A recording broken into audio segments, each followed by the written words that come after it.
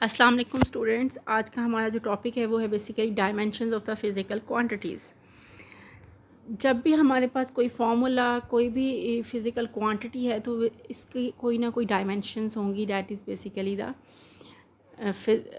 हम उसको अगर आप ये कहें कि यूनिट्स की बात कर रहे हैं तो वो भी गलत नहीं होगा। लेकिन नॉर्मली जिस तरह लेंथ है तो उसकी डायमेंशंस क्या होंगी? L. Let me right on board. Yes, L. ठीक है, अगर मेरे पास लेट सपोज क्या एग्जाम्पल, यस, वॉल्यूम है लेट सपोज, तो वॉल्यूम की भी डायमेंशंस क्या होंगी? L cube. ठीक है, इसी तरह अगर मेरे पास ब्रेथ है, हाइट है, इन सब चीज़ों की डायमेंशंस क्या होंगी? एल। लेकिन अगर मेरे पास मास है तो उसकी डायमेंशंस होंगी M. And then we put the brackets, square brackets आएंगे उनके साइडों पे। अगर मैं टाइम की बात करूँ तो उसकी डायमेंशंस होंगी टी। इसी तरह हर एक की डिफरेंट हैं, कुछ की तो कम्बिनेशंस ऑफ द डायमेंशंस हैं। जिस तरह अगर मैं बात करूँ वेलोसिटी की, तो वेलोसिटी क्या होती है, या स्पीड की बात करें तो speed basically length divided by time है। ठीक है, अब डायमेंशंस की बात करूँ तो डायमेंशंस के लिए हम स्पीड की डायमेंशन को लिखते हैं वी, और ये किसके इक्वल है? इन की। तो मैं लेंथ की जगह पे लेंथ की डायमेंशंस पुट कर रही हूँ और टाइम की जगह पे टाइम की डायमेंशंस पुट कर रही हूँ। तो एट द एंड फाइनली जो मेरे पास डायमेंशंस बच रही हैं वो बच रही हैं L T minus one is the dimensions of the velocity या स्पीड। ठीक है, अगर इसी तरह मैंने एक्सेलरेशन की डायमेंशंस निकालनी है तो एक्सेलरेशन हमें पता है कि वो वेलोसिटी बाय टाइम है या, ठीक है, तो अगेन मैं अगर इनकी सेपरेटली डायमेंशंस पुट करूँ, ब्रैकेट्स डायमेंशंस, जिस तरह वेलोसिटी की ये निकली हुई है और एक्सेलरेशन की मैं निकाल के आपको बताती हूँ। तो वेलोसिटी की डायमेंशंस क्या होती हैं? एल टी माइनस वन, और अगेन हमारे पास डिवीजन में टाइम आ जाएगा, टाइम की डायमेंशन। तो फाइनली जो हमारे पास एक्सेलरेशन की डायमेंशंस बनेंगी वो बनेंगी L T and minus two. ठीक है, ये अब अगर मैं फोर्स की डायमेंशंस की बात करूँ तो फोर्स का किसके इक्वल होती है? F equals to M A, means की dimensions of mass, dimensions of acceleration. Mass की डायमेंशन क्या होती है? Capital M. एक्सेलरेशन की क्या डायमेंशन होती है? अभी हमने पढ़ी है एल टी माइनस टू। तो जो डायमेंशंस फोर्स की बनेगी वो बनेगी M L T minus two. ठीक है, तो अब हम अपना नेक्स्ट पे आते हैं कि हम इसके क्या यूजेस हैं। लाइक डायमेंशनल एनालिसिस से हमें क्या पता चलता है? Like they are very very helpful, बहुत ज़्यादा फ़ायदेमंद हैं जब हम कोई इक्वेशन लिख रहे हैं या हम कोई फार्मूला बनाना चाह रहे हैं। तो बेसिकली डायमेंशनल एनालिसिस को हम दो वेज़ में यूज़ कर सकते हैं। एक तो ये कि हमारी जो फिज़िकल कोई भी इक्वेशन है उसकी होमोजेनिटी को चेक करने के लिए कि वो करेक्ट है कि नहीं, वो सही है भी कि नहीं। कोई भी इक्वेशन अगर आप लिखते हैं तो उसको एक दफ़ा क्रॉस चेक करने के लिए हम जो डायमेंशनल यूज़ करते हैं वो हमारे पास, उसके लिए डायमेंशनल एनालिसिस बहुत हेल्पफुल होता है। तो इसका पैटर्न क्या होता है कि हमने जस्ट दोनों साइड्स की, बोथ साइड्स की डायमेंशंस को इक्वल करना है। लाइक जिस तरह अभी मैं वेलोसिटी का ही फार्मूला अगर डिस्कस कर रही हूँ एल बाई टी, तो मैंने वेलोसिटी की जगह पे वेलोसिटी की डायमेंशंस डालनी है, एल बाई टी की, इन सबको सॉल्व करना है और देखना है कि लेफ़्ट हैंड साइड और राइट हैंड साइड इक्वल्स आ रहे हैं कि नहीं। If they are equaling it means that our equation is correct, dimensionally correct, right. So let's इसकी एग्जांपल करते हैं तो आई गेस ये चीज़ें मोर क्लियर हो जाएंगी। जिस तरह हमें एक फार्मूला दिया हुआ है v equals to F multiply by L divided by M, this is our formula. अब अगर मैं वेलोसिटी की डायमेंशंस की बात करूँ तो ये तो हमें अभी पढ़ा है हमने, एल टी माइनस वन।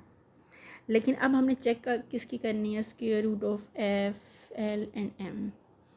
अगर मैं ये इसको यूँ लिख लूँ, F dimensions of F multiply by with the dimensions of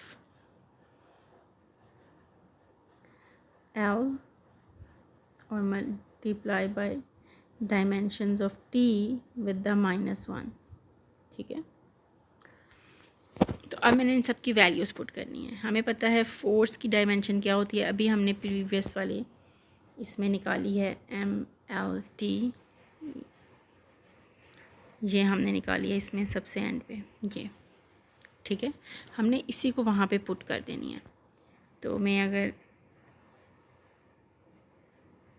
yes वो एक्चुअली रिमूव हो गया तो मैं दोबारा लिख लेती हूँ। F की डायमेंशन लिखनी है, L की डायमेंशन लिखनी है और mass to the power -1 and whole power 1/2। ठीक है, तो फोर्स की डायमेंशन हमारे पास क्या होती हैं ये लिखी हुई है MLT -2। लेंथ की डायमेंशंस क्या होती हैं L और मैस की जगह पे M विद -1 साइन।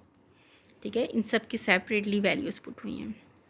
अब अगर आप सॉल्व करें, M यहाँ पे एक दफ़ा है और यहाँ पे है -1, तो ये M कैंसिल आउट हो जाएंगे। हमारे पास क्या बन जाएगा M1 और -1, ये दोनों ज़ीरो बन जाएंगे और हमारे पास M का चैप्टर कल क्लोज़ हो जाएगा। Now we have L। तो अगर आप L को देखें तो L एक दफ़ा यहाँ है और एक दफ़ा यहाँ है, तो हमारे पास L² बन जाएगा। और T को अगर देखें तो T एक ही दफ़ा है टू द पावर -2। ठीक है, और बाहर क्या है 1/2। तो अगर आप इसको सॉल्व करें तो L T to the power -1, क्योंकि ये सेपरेटली स्क्वायर रूट दोनों के साथ जाएगा और आप ऑब्ज़र्व कर सकते हैं कि ये एग्जैक्टली वेलोसिटी की ही डायमेंशंस हैं। ठीक है, तो इट्स मीन कि हमारी लेफ़्ट हैंड साइड और राइट हैंड साइड इक्वल है और हमारी इक्वेशन डायमेंशनली करेक्ट है। ओके, अब हम अपने नेक्स्ट टॉपिक पे जा रहे हैं, जो कि हमने ड्राइव करना है फॉर्मूला।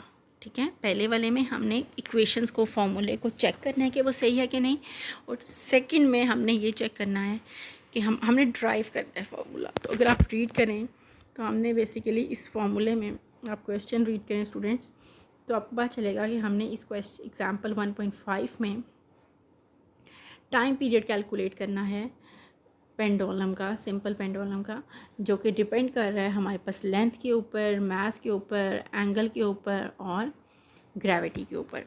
तो हम जस्ट एक सिंपल वे में इसकी एक इक्वेशन टाइप लिख लेंगे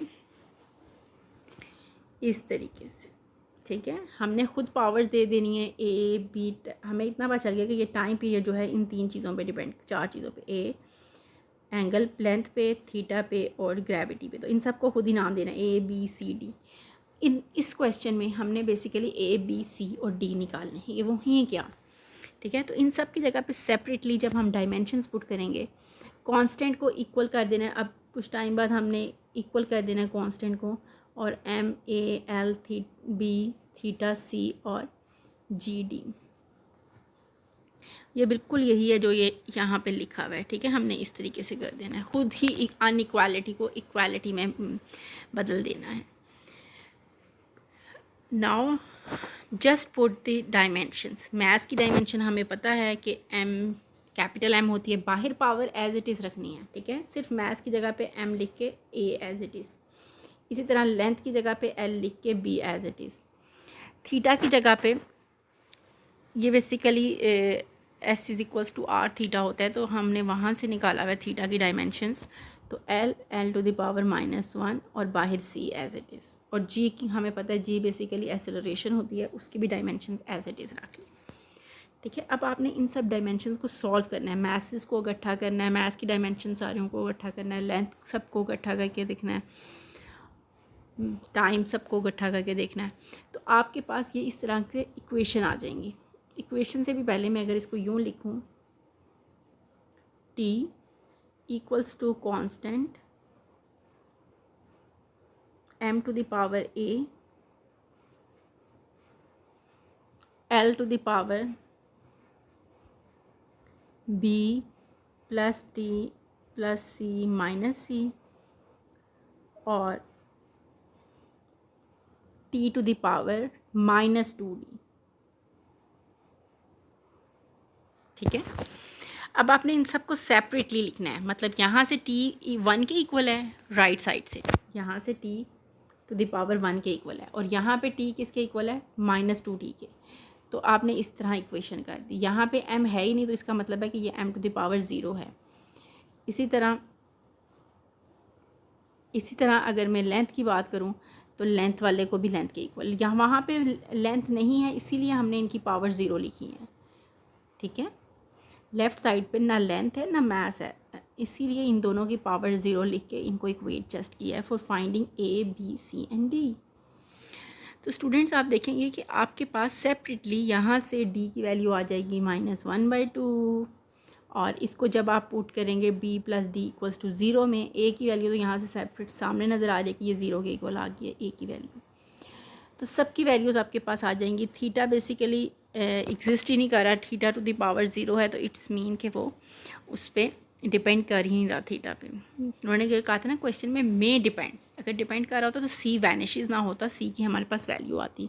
तो सी आपको यहाँ से ही पता चल रहा है कि +c और -c, यहाँ से आपको पता चल रहा है कि +c और -c आपस में कैंसिल होके हमारे पास कोई c नहीं आ रहा। तो फाइनल आंसर हमारे पास a का बनेगा, b का बनेगा, c का, d का बनेगा। अब a b m to the power 0 है, ठीक है। जब a की वैल्यू पुट कर रहे हैं वो 0 आ रहा है, तो इट्स मीन कि ये मैथ्स पे भी डिपेंड नहीं कर रहा और ये एंगल पे भी नहीं डिपेंड कर रहा, ये सिर्फ टाइम पीरियड, लेंथ पे और ग्रेविटी पे डिपेंड कर रहा है। तो ये देख लें हमारे पास फाइनल आंसर ये आ गया, क्योंकि l टू द पावर 1/2 बन रहा था और g टू द पावर -1/2 था। तो we just put as l/g whole to the power 1/2, ठीक है। और इट्स मीन कि हमने time period of a simple pendulum derive कर लिया है। अब लास्ट में एक लास्ट क्वेश्चन एग्जांपल, जो कि हमारे पास अगेन फार्मूला दिया हुआ है F = 6π η/RV, ठीक है। Eta is basically coefficient of viscosity, और इसी की डायमेंशन हमने कैलकुलेट करनी है 6। अब आपको इस क्वेश्चन में नज़र आ रहा है, पहले तो हमने इस क्वेश्चन को अरेंज ही इस तरह करना है कि हमारे पास ईटा आए। तो ईटा कैसे आएगा, =F / 6πRV। अब यहाँ पे भी हमें दो चीज़ों का पता है, 6π कांस्टेंट है, इसको तो इग्नोर करना है, इन सब की डायमेंशंस पुट करनी है और हमारे पास ईटा की डायमेंशंस आ जाएंगी। फोर्स की डायमेंशन हमें पता है क्या होती है, mLT -2, लेंथ की, रेडियस की हमें पता है क्या होती है L, और वेलोसिटी की भी LT -1। जस्ट रीअरेंज करना है, एक L कैंसिल हो जाएगा और एक L ऊपर चला जाएगा। We are get the final answer m L to the power -1 T to the power -2 + 1, तो जो कि आ जाएगा m L to the power -1 T to the power -1, ठीक है। तो ईटा की जो फाइनल डायमेंशन है वो ये आ गई है। स्टूडेंट्स अब हमारा चैप्टर कंप्लीट हो गया है। आई होप कि आपको ये पूरा चैप्टर बहुत क्लियरली समझ आ गया होगा। इसके बाद हम नेक्स्ट इनके क्वेश्चंस पे और इनके न्यूमेरिकल्स को करेंगे। अल्लाह हाफ़िज़।